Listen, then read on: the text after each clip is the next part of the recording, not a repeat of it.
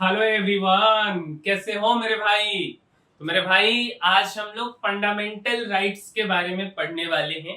मौलिक अधिकार होते हैं फंडामेंटल राइट्स का मतलब, या हम इसे मूल अधिकार बोलते हैं। अब हमारा जो मूल अधिकार है, यह मौलिक अधिकार है, यह जो संविधान का किताब है उसके तीसरे चैप्टर में भाग 13 में आता है।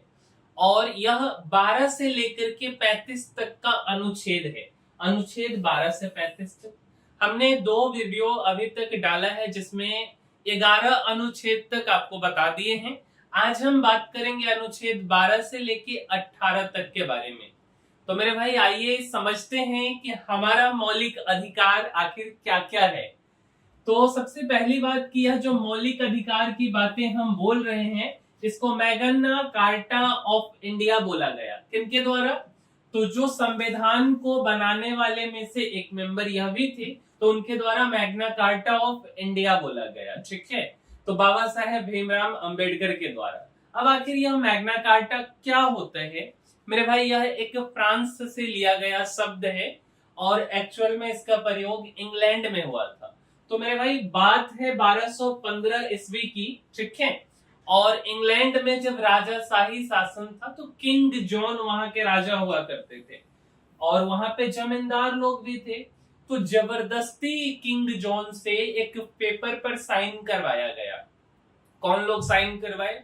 तो इंग्लैंड के जो जमींदार लोग थे उन्होंने इंग्लैंड के राजा से इस डॉक्यूमेंट पे साइन करवाया गया और उसी डॉक्यूमेंट को मैग्ना कार्टा बोला गया, मैग्ना कार्टा। तो हमारे बाबा साहेब भीमराव अंबेडकर जी, उन्होंने भी इसे मैग्ना कार्टा ही बोला है। एक्चुअल में क्या लिखा हुआ था इसमें कि जो नागरिक है, बेसिकली जो अपने देश के हमारे आपके जैसे लोग हैं, उनके लिए सरकार और जो, या उस समय राजा वाला तो सिस्टम है नहीं, तो अभी के लिए सरकार और उस समय जब राजा हुआ करते थे, ठीक है, तो नागरिक के लिए सरकार या राजा मनमानी नहीं कर सकते।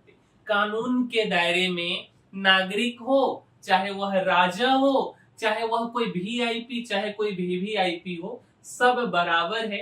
और इसीलिए हमारे संविधान को मैग्ना कार्टा ऑफ इंडिया कहा गया। इतना बात समझ आ गया। अब संविधान में दो तीन बात लिखा हुआ है, पहले हम उस शब्द का मतलब समझते हैं। सबसे पहला सा जो बात हमने बोला है कि मौलिक अधिकार। मेरे भाई दो प्रकार का अधिकार होता है, एक होता है मौलिक अधिकार और एक होता है कानूनी अधिकार। तो सबसे पहले समझिए आप मौलिक अधिकार के बारे में। क्या है हमारा मौलिक अधिकार? तो यह जो बात संविधान में लिखा गया है, संविधान में लिखित है, किसके लिए लिखा गया है? इस देश के नागरिक के लिए, जनता जनार्दन के लिए।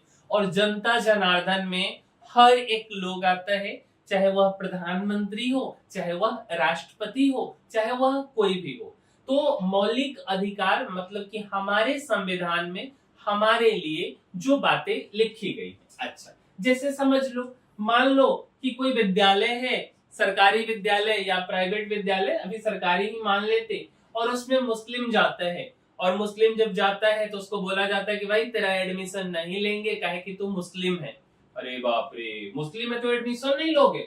मुस्लिम पढ़ लिख के आया है, मेरा वीडियो बोला कि हमने कुणाल भैया का वीडियो देखा है, और अगर आप एडमिशन नहीं लोगे तो यह अनुच्छेद 14 और अनुच्छेद 15 का अवहेलना है। अब स्कूल वाले को भी नहीं पता, जाकर के स्कूल वाला पढ़ता है कि भाई अनुच्छेद 14 और 15 क्या है, तब उसे समझ आता है। और आज हम इस वीडियो में आपको अनुच्छेद 14, 15 सब बताएंगे, थोड़ा सा धैर्य रखिए। अच्छा, मान लीजिए कि कोई पत्रकार है और सरकार के खिलाफ कुछ लिख दिया, अपने मन से जो मन आया सरकार के खिलाफ लिख दिया। पुलिस आया उधर से दौड़ते दौड़ते, सरकार के प्रेशर से पत्रकार को एकदम कॉलर उलर पकड़ के लेके चला गया। ठीक है, तो भैया यह आर्टिकल 19 अनुच्छेद 19 का उल्लंघन है, ऐसा नहीं कर सकते। बशर्ते कि अगर कुछ गैर जिम्मेदाराना बात दो देशों के बीच में इंटरनेशनल मैटर पे लिख दे जिससे हमारे देश की किरकिरी हो, ठीक है, तो ऐसा नहीं कर सकते। बट अदरवाइज अगर आप कुछ लिखते हैं तो, और पुलिस पकड़ के ले जाती, तो अनुच्छेद 19 का अवहेलना इसको माना जाएगा। तो ये सब फंडामेंटल राइट्स है। तो फंडामेंटल राइट्स वह राइट्स है, मौलिक अधिकार वह अधिकार है जो हमें संविधान लिखित में देके गई है। अब बात करते हैं कानूनी अधिकार। तो कानूनी अधिकार, या इसको हम इंग्लिश में अंग्रेजी में लीगल राइट्स बोलते हैं, तो वह अधिकार है जो हमें जो है बेसिकली सरकार जो है या सांसद जो है बनाती है और फिर हमें देती है। क्या इसका गारंटी है कि यह बेसिकली एक्चुअल में जो है कि हमेशा रहेगा? आंसर नहीं। समय समय पर जरूरत के हिसाब से सरकार इसको बदल सकती है, लेकिन संविधान को सरकार बदल सकती है? नहीं बदल सकती। उसके बेसिक स्ट्रक्चर के साथ में कोई छेड़छाड़ नहीं हो सकता, चाहे वह मोदी जी हो, चाहे वह योगी आदित्यनाथ जी हो, चाहे कोई भी हो, इससे छेड़छाड़ नहीं हो सकता। अच्छा, जैसे मान लो कि एक एग्जाम्पल है कानूनी अधिकार का कि फैक्ट्री वर्कर को कम से कम 500 रुपया मिलना चाहिए, उसका मिनिमम वेज तय किया गया 500 रुपया। अब जो है कि जब पैसा देने का बारी आया, लेबर कमा लिया, तो कंपनी वाला उसको 500 रुपया के बदला बोल रहा है कि देख भाई 500 मैं नहीं दे पाएगा, मैं तो 300 दूंगा, है ना। अच्छा, इस केस में जो कंपनी वाला, ऐसा बिहारी लोगों के साथ में होता है, दूसरे राज्य में जाते हैं तो इस केस में जो है कि वह लेबर अगर पढ़ा लिखा है तो लेबर कोर्ट में या स्थानीय पुलिस के पास जा सकता है, कंप्लेन कर सकता है। लेकिन अगर सरकार चाहे तो ये 500 रुपए को 300 रुपए पे, ठीक है, 500 को जो है बेसिकली 300 रुपए मिनिमम वेज का कानून बना करके लागू कर सकती है। बट यह छोटा मुद्दा है, हमने आपको एग्जाम्पल के लिए समझाया है। अच्छा, लेकिन ऐसा नहीं है कि यह इसके लिए पुलिस के पास जाएगा तो केस नहीं लिखेगा, केस उस लिखा जाएगा, कंप्लेन हो सकता है, लेकिन यह हमारा मौलिक अधिकार नहीं है, संवैधानिक अधिकार नहीं है, यह लीगल राइट्स है जो कि सरकार या सांसद बनाई है। ठीक है। अच्छा, मान लो आप किसी मकान मालिक के यहाँ रहते हो, मकान मालिक आपको बिना नोटिस दिए हुए आपको रूम खाली करवा देता है, रूम से आपको निकाल दिया जाता है ना। इस केस में जो है एक रूल बनाया गया है, उसका नाम है रेंट कंट्रोल एक्ट। तो रेंट कंट्रोल एक्ट हमारे सरकार के द्वारा, संसद के द्वारा बनाया गया। यह हमारा मौलिक अधिकार नहीं है, कानूनी अधिकार है, लीगल राइट्स है। इसके लिए हम कंप्लेन कर सकते हैं, बट सरकार चाहे तो इसमें कुछ टर्म्स एंड कंडीशन बदल सकती है, कोई दिक्कत इसमें नहीं है। अच्छा, अब तो आपको मौलिक अधिकार और संवैधानिक अधिकार जो है कि समझ आ गया होगा, सॉरी कानूनी अधिकार। ठीक है, अब समझिए, 2-3 शब्द है। सबसे पहला शब्द है निलंबित। निलंबित को बोलते हैं सस्पेंड। क्या बोला जाता है? सस्पेंड। ठीक है। अब जो यह निलंबित शब्द है, इसका प्रयोग कब किया जाएगा? अब देखिए, जैसे मान लीजिए कि नेशनल इमरजेंसी, आपातकाल आ गई, ठीक है, आपातकाल लगा दिया जाता है, नेशनल इमरजेंसी लगा दिया जाता है।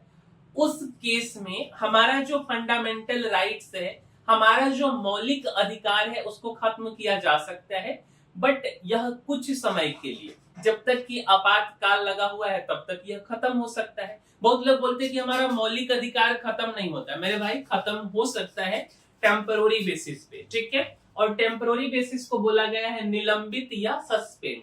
कौन खत्म कर सकता है? राष्ट्रपति खत्म कर सकता है। बट राष्ट्रपति क्या अपने मन से खत्म कर सकते? नहीं। एक संसद लोग बैठेंगे, सरकार बोलेगी, रिकमेंड होगा, और उसके बाद वह चीज राष्ट्रपति के पास जाएगा, और राष्ट्रपति संसद के डिसीजन को बस आकर के बताएंगे कि देखिए ऐसी ऐसी की बात है, और इस चीज को निलंबित किया जाता है, फंडामेंटल राइट्स को। लेकिन अपने मन से राष्ट्रपति खत्म नहीं कर सकते। ठीक है, यह पूरा एक तरह से सिस्टम बना हुआ है। अच्छा, जैसे मान लीजिए अगर हम बोले कि किस अधिकार के तहत ये खत्म कर सकती है राष्ट्रपति या कर सकते हैं, तो अनुच्छेद 352 के तहत घोषणा किया जा सकता है। ठीक है। अच्छा, और क्या चीजें खत्म की जा सकती है? तो आर्टिकल 19 जो है, इसमें अगर मान करके चलिए युद्ध होता है या कोई बाहरी आक्रमण होता है, ठीक है, जैसे हमारा पाकिस्तान के साथ में युद्ध हो गया, मान लीजिए हमारा चाइना के साथ में युद्ध हो गया, जैसे चाइना के साथ में 1962 में हमारा युद्ध हुआ, पाकिस्तान के साथ में 1971 में युद्ध हुआ, या कारगिल 1999 में युद्ध हुआ, है ना। तो उन सब समय पर बेसिकली जो है इसको लगाया जा सकता था, फंडामेंटल राइट्स को जो है टर्मिनेट नहीं बोल सकते, निलंबित, सस्पेंड किया जा सकता था। ठीक है।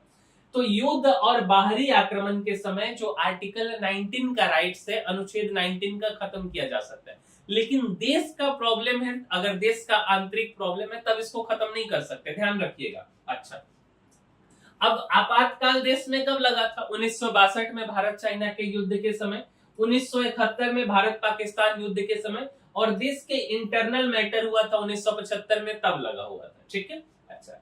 अब आर्टिकल 21 जो है जीवन और व्यक्तिगत स्वतंत्रता आपको देता है। ठीक है, और जो 20 है तो इन दोनों को हम खत्म नहीं कर सकते। आपातकाल के समय हो या कोई भी ऐसा सिचुएशन हो, युद्ध हो, तो जीवन या व्यक्तिगत स्वतंत्रता जो कि अनुच्छेद 20 और 21 का जो भी चीजें हैं उसको खत्म हम लोग नहीं कर सकते, ध्यान रखिएगा। अच्छा, अब राष्ट्रपति जो है बेसिकली 44वां संशोधन हुआ था 1978 के बाद, और उसमें बोला गया कि देश का जो इंटरनल मैटर है, आपसी मैटर के कारण, जैसे अभी का सिचुएशन देखिए, लद्दाख में 3 इडियट जो मूवी देखे हैं, तो सोनम वांगचुक जो है 6th शेड्यूल के लिए और लद्दाख को स्टेटहुड के लिए अनशन कर रहे थे। अब 1-2 दिन पहले अचानक से जो है युद्ध एक तरह से वो भड़क गया, मतलब जो है भीड़ पब्लिक उग्र हो गई, उन्होंने अपना अनशन तोड़ दिया, लेकिन 3-4 लोग मारे गए, काफी आगजनी ये सब हुआ है। अब इसके कारण जो है मान लीजिए कि वहां पे ऐसा कुछ दिनों के लिए कुछ सैंक्शंस लगाया जाता है, तो उस केस में जो देश का इंटरनल मैटर है, तो जो फंडामेंटल राइट से पहले खत्म हो सकता था, मतलब आर्टिकल 19 वाला, बट 44वां संशोधन हुआ था 1978 के बाद में, इसको खत्म नहीं कर सकते। ठीक है, अब समझिए थोड़ा सा दूसरा जो शब्द है यह है प्रतिबंध का, जिसको हम रेस्ट्रिक्शंस बोलते। हमने क्या बोला, फंडामेंटल राइट को खत्म नहीं किया जा सकता, सस्पेंड किया जा सकता, लेकिन वैसे फंडामेंटल राइट जो समाज के नाम पर धब्बा है, जैसे अगर किसी के धर्म के आधार पर जो है कि जैसे 3 तलाक हो गया, समाज के नाम पे धब्बा था, है ना, तो इसको खत्म किया जा सकता है। संसद इसके लिए स्पेशल जो है रूल्स रेगुलेशंस लेके आ सकती है, संविधान में कुछ बदलाव कर सकती है, बेसिक स्ट्रक्चर चेंज नहीं होगा। अब इसको कौन खत्म कर सकता है? क्या केवल सरकार कर सकती? नहीं, सरकार, हाई कोर्ट, सुप्रीम कोर्ट सब मिला करके करेगी। तो इसमें हाई कोर्ट हो गया, संसद हो गया, और राज्य सरकार इस पे प्रतिबंध लगा सकती, रेस्ट्रिक्शंस लगा सकती। जैसे 3 तलाक जो है यह धर्म की स्वतंत्रता देता था, आर्टिकल 25 धर्म की स्वतंत्रता है, ठीक है, अनुच्छेद 25। लेकिन जो हमारा आर्टिकल 14 है यह समानता का अधिकार देता है, इक्वलिटी का, और जीवन का अधिकार देता है आर्टिकल 21। ठीक है, तो इसके तहत अनुच्छेद 14 और अनुच्छेद 21 के तहत जो है ना, यह 3 तलाक जो है कि गड़बड़ था, तो इसको खत्म कर दिया गया। 2017 में सायरा बानो और भारत सरकार के बीच में केस चला, और इसमें सुप्रीम कोर्ट बोला कि देख भाई, समानता का अधिकार आर्टिकल 14 और जीवन का अधिकार आर्टिकल 21 का तुम लोग अवहेलना कर रहे हो, तो इसको खत्म करते हैं। फिर जो है संसद जो है बेसिकली एक एक्ट बनाई, मुस्लिम महिला विवाह अधिकार संरक्षण अधिनियम 2019 में, और 3 तलाक जो है कि खत्म हो गया। समझे इस बात को? ये बात क्लियर हो गया? अब समझिए दूसरा एग्जांपल देते हैं, बोलने की स्वतंत्रता का दुरुपयोग। अब मान लीजिए कि आपको कोई बोलने का स्वतंत्रता दे दिया गया है ना, कि ठीक है हम राइट टू स्पीच है, हमको जो मन में आए सो बोल दे, ऐसा नहीं है। मान लीजिए कि कोई चीज चल रहा है, कोई मुद्दा चल रहा है, सोशल मीडिया के माध्यम से, भी हमारे पड़ोसी देश में सोशल मीडिया के माध्यम से सरकार गिर गई, जैसे बांग्लादेश में गिर गया है ना। अच्छा, बांग्लादेश के बाद टेलीग्राम से सरकार वहां गिरा दिया गया, नेपाल में डिस्कॉर्ड सर्वर के कारण सरकार गिरा दिया गया, ये सब सोशल मीडिया प्लेटफॉर्म है। तो अगर सोशल मीडिया प्लेटफॉर्म पे, वैसे ही और भी देश में हुआ है, ठीक है, तो सोशल मीडिया पर कोई भड़काऊ भाषण आप दे देते हैं, तो इस केस में आर्टिकल 19 आपको बोलने की स्वतंत्रता जरूर देती है, ठीक है, लेकिन अगर हम भाषा की बात करें तो वैसा भाषा जो समाज में अशांति फैला दे, हिंसा फैला दे, ठीक है, मतलब कि आर्टिकल 21 कहता है कि दूसरे के जीवन का अधिकार या सार्वजनिक जो है, सार्वजनिक जगहों का आप नुकसान कर रहे, ऐसा आप नहीं कर सकते, ठीक है।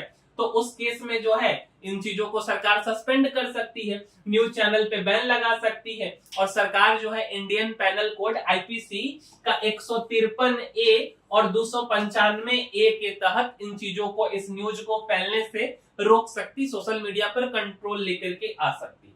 तीसरा एग्जांपल समझिए, पहले भारत में सती प्रथा हुआ करता था, राजा राम मोहन राय इसका अंत करवाए, है ना। तो सती प्रथा जो है यह एक तरह से धर्म की स्वतंत्रता हो गई। आर्टिकल 20 धर्म की स्वतंत्रता है, लेकिन यह आर्टिकल 21 का उल्लंघन है। अब हम जो नाम आर्टिकल का बोल रहे धीरे धीरे आपको समझ आएगा, फिलहाल तो आज हम कम बताएंगे, 21 इसके बाद वाले वीडियो में आएगा।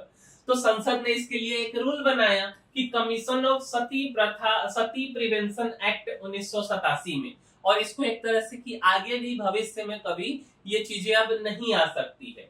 तो अब देखिए ये दो बात समझ में आ गया कि एक जो है पहला बात हमने क्या बोला कि सस्पेंड किया जा सकता है, और दूसरा बात हमने क्या बोला कि उसको प्रतिबंध रेस्ट्रिक्शन किया जा सकता है। अच्छा, तीसरा कोई कारणवश किसी कारणवश कुछ गड़बड़ हो जाएगा तो हमारा जो ये है ना संविधान जो है ना वह रक्षक कैटेगरी का है, मतलब कि इसको हम वाद योग्य बोलते हैं। वाद विवाद से जो है तर्क वितर्क से इसको आपस में डिस्कस करके समझा जा सकता है, हाई कोर्ट सुप्रीम कोर्ट, और वहां पे वाद योग्य हमारा जो संविधान है तो उसके आधार पर जो है कि निर्णय लिया जा सकता है। बस ध्यान रहे कि फंडामेंटल स्ट्रक्चर में, बेसिक स्ट्रक्चर में कुछ बदलाव नहीं होगा। अच्छा, अब समझिए, जैसे कि मान के चलिए कि राजा हो गया, ठीक है, तो राजा जो है कि कानून के दायरे में नहीं आता था। ये थोड़ा सा पिछले वाले पार्ट का है जो हमने बुक बोला था ना उसके बारे में। और अगर आर्बिट्रेरी अरेस्ट की बात हो गई, मतलब जेल जाने की बात हो गई, तो यह एक तरह का कानूनी प्रक्रिया है, आपको जेल जाना ही पड़ेगा। अच्छा, और न्याय पाने का हक, तो न्याय पाने का हक हर किसी को है। इतना क्लियर हो गया। अब समझिए कि हमारा जो फंडामेंटल राइट है इसका इतिहास क्या है।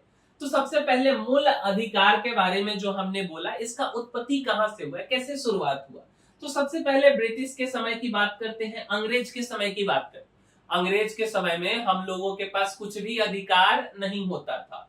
तब बात आता है धीरे धीरे 1895, और 1895 में सबसे पहले कि कॉन्स्टिट्यूशन ऑफ इंडिया बिल पहला ड्राफ्ट आया, और पहला ड्राफ्ट आया और उसमें विचार किया गया कि भाई फंडामेंटल राइट नाम का, मौलिक अधिकार नाम का कोई चीज होना चाहिए। धीरे धीरे समय बीतते गया, 1895 के बाद 1919 आ गया। अब यहाँ पे नेशनल मूवमेंट हुआ, एक बड़े लेवल पे आंदोलन हुआ, और यहाँ पे फंडामेंटल राइट के अधिकार का बात हुआ, बट कुछ खास निष्कर्ष नहीं निकल के आ पाया, उतना बड़ा आंदोलन नहीं हो पाया। इसके बाद बात आता है मोतीलाल नेहरू जी का कमेटी बना 1928 में, और उनका कहना था कि भैया हमारा जो मौलिक अधिकारवा है ओकरा लिखित में दे दीजिए तब हम लोग मानेंगे, नहीं तो आप लोग शुरू से जो है कि बरगलियाते आ रहे हैं। फिर धीरे धीरे 1930 आ गया, और 1930 में कराची रिजोल्यूशन हुआ, कांग्रेस सेशन बेसिकली इसको 1931 में माना जाता है, और वहां पे स्पीच का, इक्वलिटी का, रिलीजन का और एजुकेशन के बारे में डिस्कस हुआ। 1930 के बाद 1946 जब आया तो संविधान सभा हुआ, कॉन्स्टिट्यूएंट असेंबली, और वहां पे ड्राफ्टिंग कमेटी बनाया गया, और बोला गया कि ये जो बातें हैं स्पीच, इक्वलिटी, रिलीजन, एजुकेशन का, उसको तीसरा चैप्टर में संविधान के ऐड किया जाएगा। लेकिन 1946 के बाद में 1947 में तो हम लोग आजाद हो गए 15 अगस्त को, तो 15 अगस्त को अंग्रेज सब बेहुदा सब भाग गया यहाँ से। अब उसके बाद क्या हुआ, बोला गया कि ठीक है देखो अब इसको थोड़ा सा और सुधार उधार करके 26 जनवरी 1950 से हम लोगों का संविधान लागू हुआ। अब हमारे संविधान का कुछ बात अमेरिका से लिया गया है, जो राइट्स की हम बात करते हैं, कुछ बात आयरलैंड से लिया गया है जिसको हम DPSP, directive principles of state policy बोलते हैं, कुछ बात इंग्लैंड से लिया गया है मैग्ना कार्टा जिसको कि रूल ऑफ लॉ बोलते हैं, और कुछ बात फ्रांस रिवॉल्यूशन से लिबर्टी, इक्वलिटी, फ्रेटर्निटी है ना, प्रिम्बल, ये सब चीजें जो है कि फ्रांस से लिया गया। अब आइए आर्टिकल पे। सबसे पहला आर्टिकल है 12। क्या कहता है आर्टिकल 12? तो आर्टिकल 12 स्टेट की परिभाषा, मतलब राज्य की परिभाषा देता है। आपके दिमाग में एक बात होगा, क्या बात होगा कि स्टेट मतलब राज्य, कंट्री मतलब देश। लेकिन एक बात समझिए कि स्टेट का मतलब राज्य जरूर होता है, लेकिन हमारे संविधान में स्टेट को डिफाइन किया गया। स्टेट मतलब क्या हो सकता है? तो सबसे पहले बोला गया कि स्टेट का मतलब सेंट्रल गवर्नमेंट, सेंट्रल गवर्नमेंट या यूनियन गवर्नमेंट, दिल्ली वाली सरकार, दिल्ली में जो सरकार होगी, जो हमारे देश की सरकार होगी वह सरकार। दूसरा बात हर राज्य की सरकार, मतलब कि स्टेट गवर्नमेंट।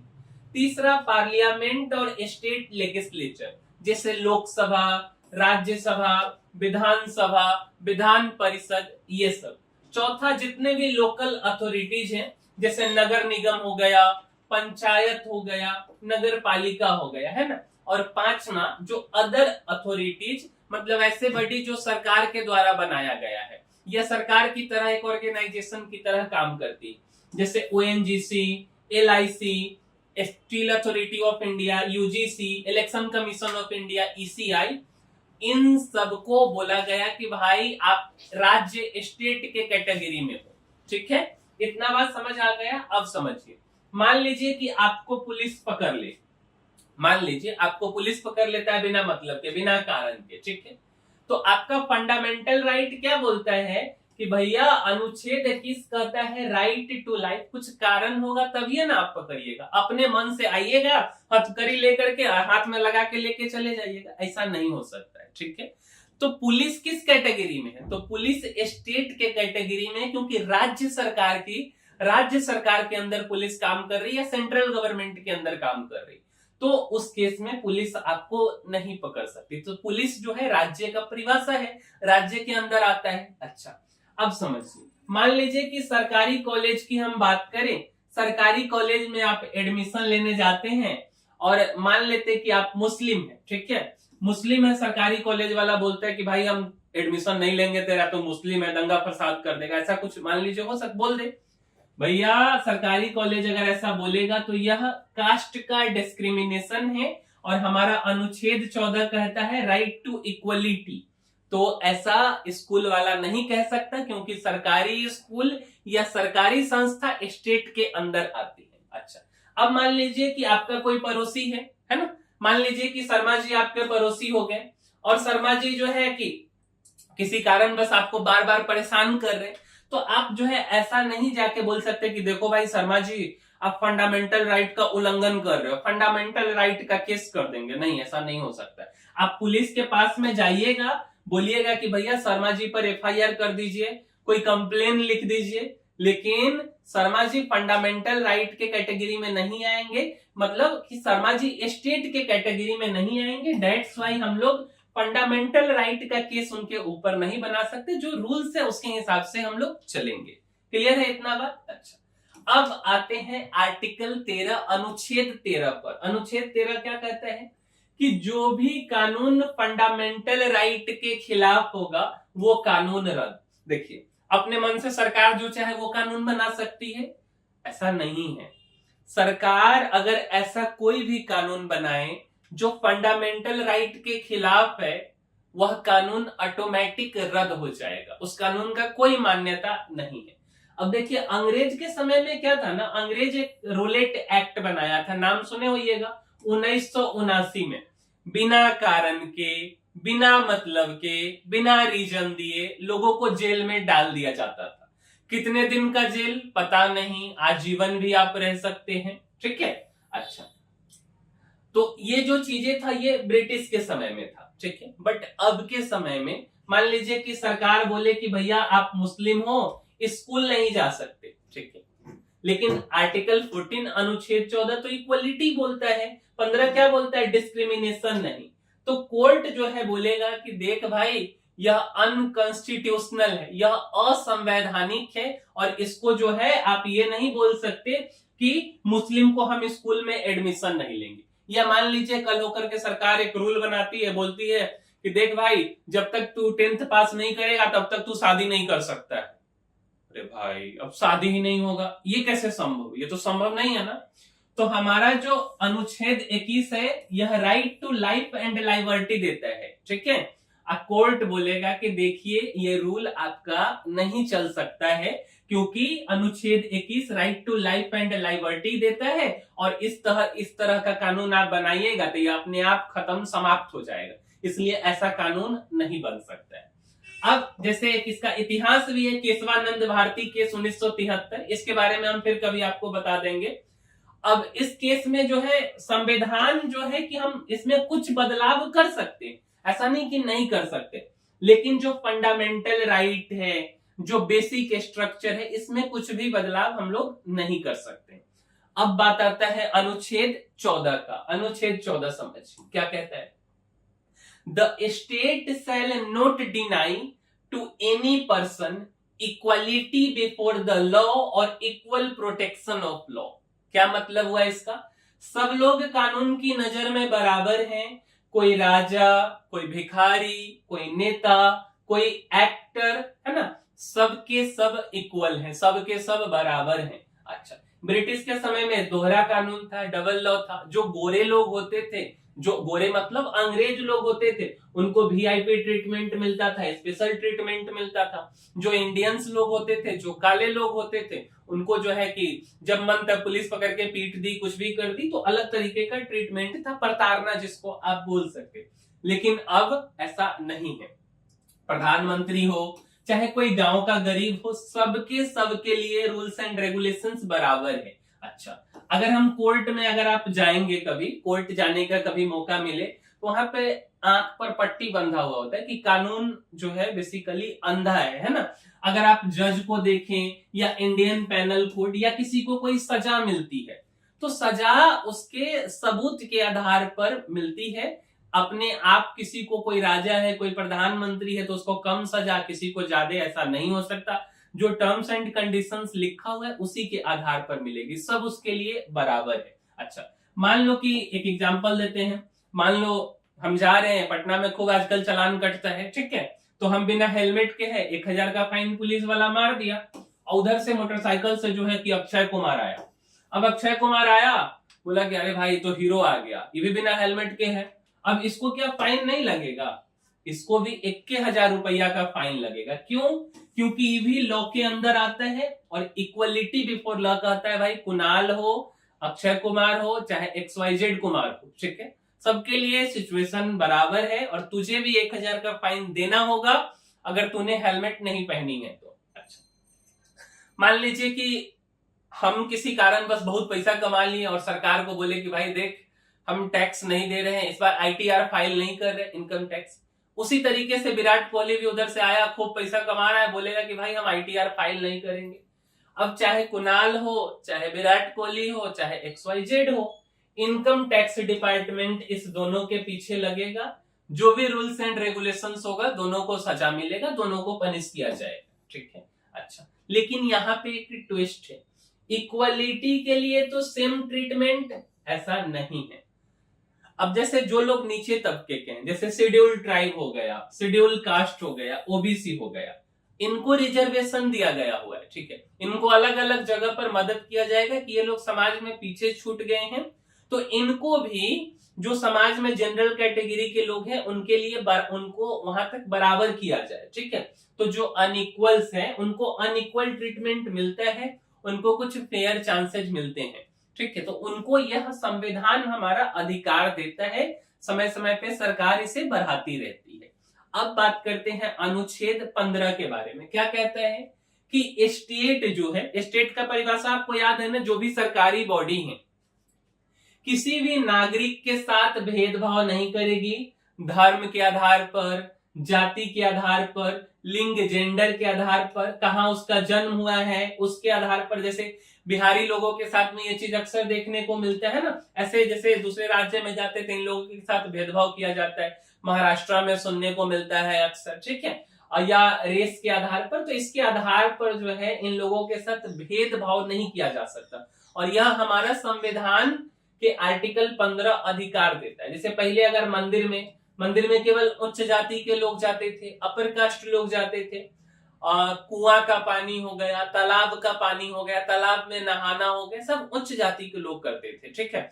अब उच्च जाति किसको कहते पता नहीं हमको, बट उच्च जाति के लोग करते थे। उनके लिए, गरीब के लिए, शेड्यूल कास्ट, शेड्यूल ट्राइब्स, उनके लिए अलग कुआं खोदा जाता, तो वे लोग उधर का पानी पीते थे। काफी गलत चीजें था ये। अच्छा, ब्रिटिश के समय, और हद तो तब हो गई कि अंग्रेज के समय जो अंग्रेज लोग क्लब खोलते थे, जैसे आज जाइएगा ना दिल्ली गुड़गांव में, वहां पे क्लब है, तो वहां पे छोटा छोटा कपड़ा पहन के शनिवार, फ्राइडे नाइट्स, वीकेंड्स जिसको बोलते हैं, वहां पे खूब लड़की लोग एकदम नाचती रहती है, पूरा कपड़ा पूरा एकदम न के बराबर रहता है।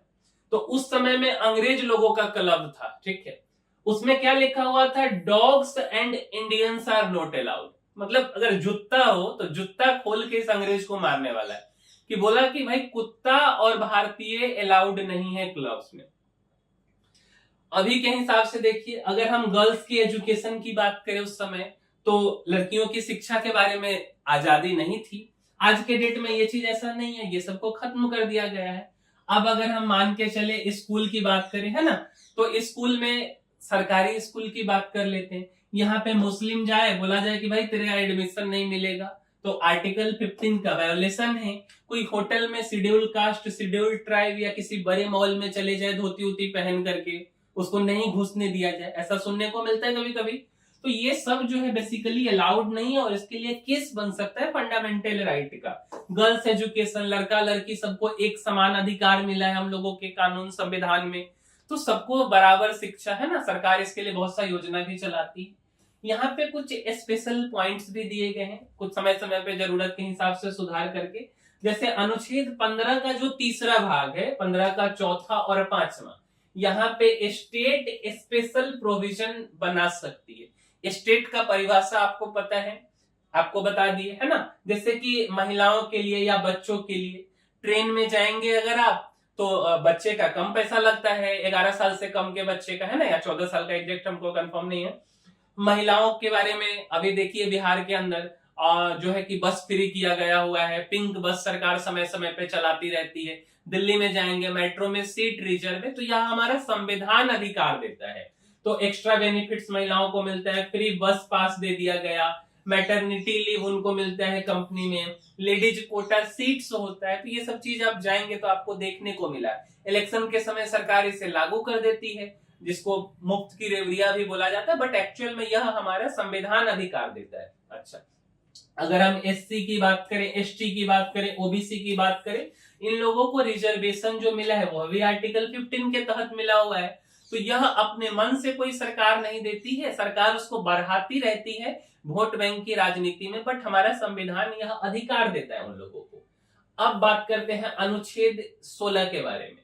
सरकारी नौकरी, सरकार की नौकरी, जिसको पब्लिक एम्प्लॉयमेंट बोला जाता है, यहाँ पे सबको इक्वल अपॉर्चुनिटी, समान अधिकार मिलेगा। मतलब स्टेट किसी को रिलीजन के आधार पर, कास्ट के आधार पर, जेंडर के आधार पर, रेस के आधार पर, प्लेस ऑफ बर्थ के आधार पर मना नहीं कर सकता कि भाई तू नौकरी में नहीं बैठ सकता, ऐसा नहीं होगा।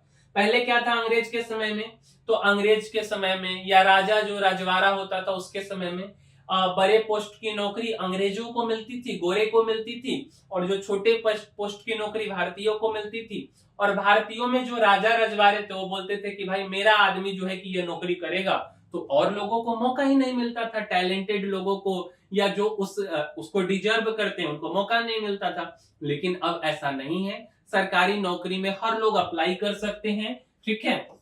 अब कोई भी चीज हो, अब अगर आप इस चीज को देखिए, ऐसा नहीं बोल सकते कि हम हिंदू हैं तो हम ही केवल इस नौकरी में बैठेंगे, या अगर कोई दिल्ली में जन्म लिया है तो वही केवल आईएएस बन सकता है, ऐसा नहीं है। अगर ऐसा हो तो यह आर्टिकल 16 का जो है कि वायोलेशन है, और इसके लिए फंडामेंटल राइट्स का केस बन सकता है। अच्छा, जैसे पुलिस भर्ती हो गया, तो इसमें ऐसा थोड़ी ना बोल सकते कि भाई कोई स्पेशल कम्युनिटी का लोग एग्जाम देगा वही लोग, ऐसा नहीं है। सबका रिटेन एग्जाम, इंटरव्यू या जो भी प्रोसेस है उसके हिसाब से होगा। अब बिहार का लोग है तो आईएएस नहीं बन सकता, ये सब 16 का अनुच्छेद 16 का जो है अवहेलना है। क्लास टीचर किसी को मॉनिटर बना दे तो बोले कि भाई शर्मा जी का बेटा ही केवल मॉनिटर बनेगा, ये चीजें नहीं चलेगा, ठीक है। ये हमारा संविधान कहता है, फंडामेंटल राइट्स का अनुच्छेद 16। अब इसमें भी कुछ स्पेशल पॉइंट्स है, जैसे कि रिजर्वेशन अलाउड है, SC, ST, OBC, EWS, physically handicapped, इन लोगों को रिजर्वेशन दिया जा सकता है। रिलीजियस या माइनॉरिटी इंस्टीट्यूशंस की बात करें तो वह अपने लोगों के लिए प्रेफरेंस रख सकते हैं, कोई दिक्कत वाली बात है नहीं, ठीक है। अच्छा, उसके बाद अगर हम आर्मी पुलिस की जॉब्स को देखते हैं तो यहाँ पे कुछ रिस्ट्रिक्शंस हैं। जैसे महिलाओं की बात करें तो उनका जो कॉम्बैट रोल्स होता है, बंदूक चलाने वाला, बॉर्डर पे, ये चीजें नहीं मिलती है, बट काफी हद तक अब इसे खत्म कर दिया गया हुआ है। लेकिन फिर भी कुछ चीजें धीरे धीरे बदलने में थोड़ा सा समय लग जाता है। अब बात करते हैं हम आर्टिकल 17 अनुच्छेद 17 की। अनुच्छेद 17 बोलता है अनटचेबिलिटी इज, क्या बोलता है कि untouchability is एबोलिश्ड and it's practice in any form is forbidden. क्या मतलब हुआ कि किसी को कास्ट या समाज के आधार पर छुआछूत मानकर अलग थलग नहीं किया जा सकता है। जैसे पहले कुछ जातियों को अछूत माना जाता था, मंदिर वहां नहीं जा सकते थे, कुआं का पानी नहीं पी सकते थे, तालाब में स्नान नहीं कर सकते थे, उनको स्कूल में एडमिशन नहीं मिलता था। एक समय बिहार के जो मुख्यमंत्री थे जीतन राम मांझी जी, ठीक है, तो वो गए थे एक मंदिर में, तो जाने के बाद मंदिर को धुलवा दिया गया था, ठीक है। तो ये सब चीजें संविधान हमारा अधिकार नहीं देती है। अब पार्लियामेंट इसके लिए protection of civil right act 1955 बनाई है। अब आप आसानी से टेंपल में एंट्री कर सकते हैं। कोई पुजारी बोल दे कि भाई तू छोटी जात का है, तेरे को एंट्री बैन है, पुजारी पर केस हो जाएगा, ठीक है। उसके बाद कोई भी तालाब का पानी आप पी सकते हैं। जैसे अभी मान लीजिए अयोध्या जी में जो कुंभ लगा था, तो ऐसा थोड़ी बोला गया कि SC ST नहीं जाएगा, सब लोग जा सकते, सब लोग नहा सकते, ठीक है। अच्छा, अगला है आर्टिकल 18। आर्टिकल 18 क्या कहता है कि भारत में जो टाइटल कल्चर है, जैसे उपाधि हो गया या स्पेशल नाम हो गया, तो इन सबको देने पर रोक है, ताकि कोई भी इंसान जो है नाम के दम पर दूसरों से बड़ा होने से बच जाए, दूसरों से बड़ा होने का दिखावा ना करे कि भाई हम तेरे से बड़ा हैं। जैसे टाइटल, कोई राजा टाइटल नहीं लगा सकता है, महाराजा, सर या राय बहादुर या खान बहादुर, ये सब उपाधियां कोई अपने नाम के आगे नहीं लगा सकता है या ऑफिशियली इन्हें नहीं दी जा सकती। लेकिन पहले के जमाने में अंग्रेज राजा राजवाड़े में जो लॉयल होता था, जो उसके लिए काम करता था, ठीक है, उसको सर या खान बहादुर जो है टाइटल दिया करते थे। जैसे अभी के समय में हमारे जो मंत्री जी हैं ज्योतिरादित्य सिंधिया जी, ठीक है, एविएशन मिनिस्टर और आई थिंक कम्युनिकेशन के दूरसंचार मिनिस्टर हैं, तो वे लोग अंग्रेज के समय के लोयल हैं, ठीक है। कैसे? तो जब युद्ध चल रहा था तो काफी सपोर्ट किया था, सिंधिया राजवंश से वे आते हैं, ठीक है। तो सिंधिया राजवंश से वे आते हैं, तो वे भी अब महाराजा हैं। वहां के लोग उन्हें, जो सिंधिया जो मतलब क्षेत्र है मध्य प्रदेश में, तो वहां के लोग उन्हें पूजते हैं, महाराजा मानते, लेकिन वो अपने नाम के आगे महाराजा नहीं लगा सकते, ठीक है। तो जो लोयल है, ये लोग अंग्रेजों के लोयल में से एक हुआ करते थे, सिंधिया राजवंश। उसके कारण जो है कि एक तरह से भारत काफी पीछे मतलब चला गया, नहीं तो बहुत जल्दी हम लोगों को आजादी मिलती। अच्छा, लेकिन 1950 में जब हमारा संविधान बन गया, तो कोई भी सिटीजन जो है, कोई भी नागरिक हमारा इस टाइटल को नहीं लगा सकता, एक्सेप्ट नहीं कर सकता, और गवर्नमेंट भी कोई टाइटल ऐसा नहीं देगी। कुछ एक्सेप्शंस है, जैसे डॉक्टर, प्रोफेसर या पंडित आप लगा सकते हैं। अब मान लीजिए किसी को मिलिट्री या गैलेंट्री अवार्ड मिलता है, परमवीर चक्र किसी को मिल गया, किसी को अशोक चक्र मिल गया, किसी को भारत रत्न मिल गया, फिर भी वह अपने नाम के आगे, जैसे मान लो कि किसी कारणवश हमको भारत रत्न मिला, तो हम भारत रत्न कुणाल नहीं लिख सकते। हम ये बोल सकते हैं कि कुणाल है जिसको भारत रत्न मिला है, या कुणाल भारत रत्न अवार्डी है, बट हम भारत रत्न कुणाल, पद्मश्री कुणाल ऐसा कुछ नहीं लिख सकते, ठीक है। बट डॉक्टर हम लगा सकते हैं शर्मा, जैसे सचिन तेंदुलकर जी, उनको भारत रत्न मिला, तो भारत रत्न सचिन तेंदुलकर ये नहीं लिख सकते, बट सचिन तेंदुलकर भारत रत्न अवार्डी लिखा जा सकता है। महाराजा कुणाल ये चीज नहीं चलेगा, हमारा अनुच्छेद ये नहीं, मतलब क्या बोल सकते हैं उसको, संविधान जो है अधिकार नहीं देता। अब महाराजा कुणाल की जगह कुणाल सिंह लिख सकते हैं, महाराजा नहीं लगा सकते, ठीक है। अब जो हमने पढ़ा है एक बार रिकॉल कर लेते हैं। सबसे पहला हमने पढ़ा है आर्टिकल 12, स्टेट कौन है, तो government, parliament, state government, local bodies, government institutions, ONGC, LIC, ये सब। 13 क्या कहता है, रॉन्ग लॉ अगर कुछ बनाते हो कैंसिल कर दो, जैसे फंडामेंटल राइट के साथ कोई लॉ टकराता है तो उस कानून को कैंसिल कर दो। 14 कहता है कि इक्वलिटी बिफोर लॉ, जो भी कानून की नजर, मतलब सब कानून की नजर में, कोई हो, हम हो, आप हो, प्रधानमंत्री, राष्ट्रपति, सब बराबर है, किसी को VIP ट्रीटमेंट नहीं मिलेगा। 15 क्या कहता है, किसी के साथ कोई डिस्क्रिमिनेशन ना करो, धर्म, जाति, लिंग, जन्म स्थान, रेस, इन सब के आधार पर किसी को डिस्क्रिमिनेट नहीं किया जा सकता। 16 क्या कहता है, सबको इक्वल जॉब अपॉर्चुनिटी देता है, इक्वल चांस देता है, मेरिट और रिजर्वेशन इसमें अलाउड है। 17 कहता है कि अनटचेबिलिटी को खत्म कर दिया, छुआछूत एक तरह का क्राइम है। और 18 कहता है कि यहाँ पर टाइटल नहीं लगा सकते, राजा, महाराजा, सर, डॉक्टर, प्रोफेसर या गैलेंट्री अवार्ड आप लगा सकते हैं, लेकिन ध्यान रहे डॉक्टर, प्रोफेसर तो नाम के पहले आप लगा सकते हैं, बट गैलेंट्री अवार्ड आप नहीं लगा सकते। आप बोल सकते हैं कि हाँ हम फलाने हैं जिसको गैलेंट्री अवार्ड मिला है, ठीक है। तो इस वीडियो में इतना ही। इस वीडियो में हमने आपको 12 से लेके 18 तक आर्टिकल को समझाने का कोशिश किया है। उम्मीद करते हैं कि आपको हमारा यह वीडियो पसंद आया होगा, अच्छा लगा होगा, कुछ जरूरी इंफॉर्मेशन हम आप तक पहुंचा पाए होंगे। और अगर ऐसा है तो इस वीडियो को लाइक जरूर कीजिएगा, साथ साथ शेयर भी कीजिए और चैनल को सब्सक्राइब भी कीजिए। मिलेंगे हम किसी अगले वीडियो में। इस वीडियो में इतना ही, तब तक के लिए धन्यवाद।